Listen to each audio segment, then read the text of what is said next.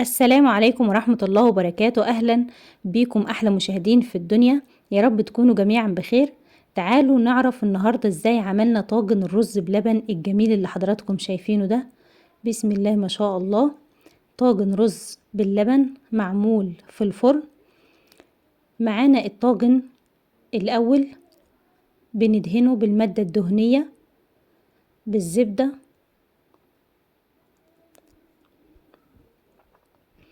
وطبعا بكون غسلة الرز وسايباه من 2-3 ساعات. ولما تيجي تعملي رز بلبن بتغسليه غسلة واحدة بس عشان ما تفقديش النشويات الموجودة في الرز.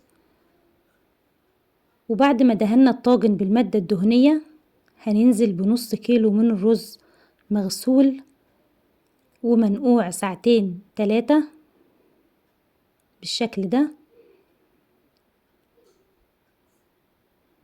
طبعا اي حاجة بتعمليها في الطاجن بيدي طعم مختلف تماما. وبعد ما نزلنا بالرز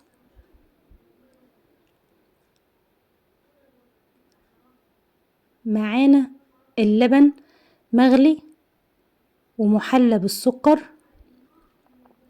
2 كيلو من اللبن عليهم نص كيلو من السكر ومعلقة صغيرة فانيليا. هنبدأ ننزل باللبن المغلي بالشكل ده.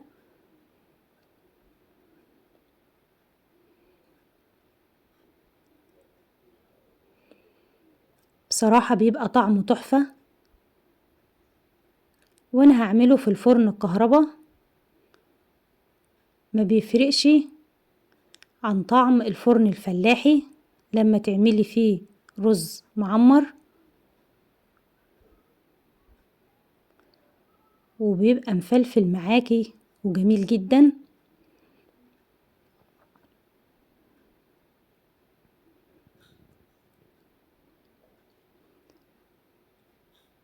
ما شاء الله، يعني عودي نفسك على طول الربع كيلو من الرز ليه كيلو من الحليب عشان يطلع معاكي مظبوط. وبعد ما نزلنا باللبن هنزل بمعلقة زبدة، طبعا دي زبدة بقري فلاحي بتفرق في الطعم.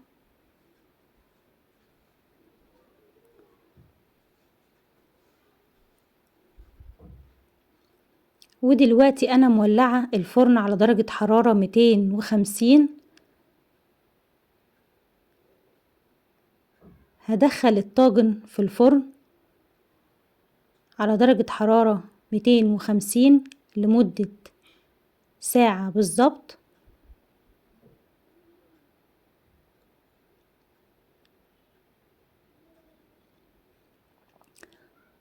وده بعد ما استوى. بسم الله ما شاء الله، اللهم بارك. شايفين الجمال؟ ولا اجمل ولا اروع من كده، ما شاء الله. شكله وريحته يفتحوا النفس على الاكل.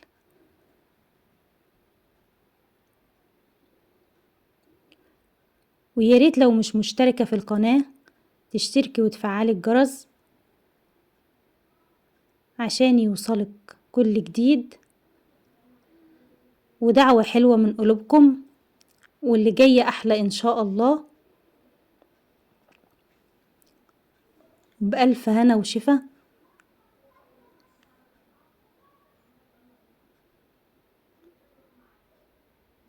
والسلام عليكم ورحمة الله وبركاته.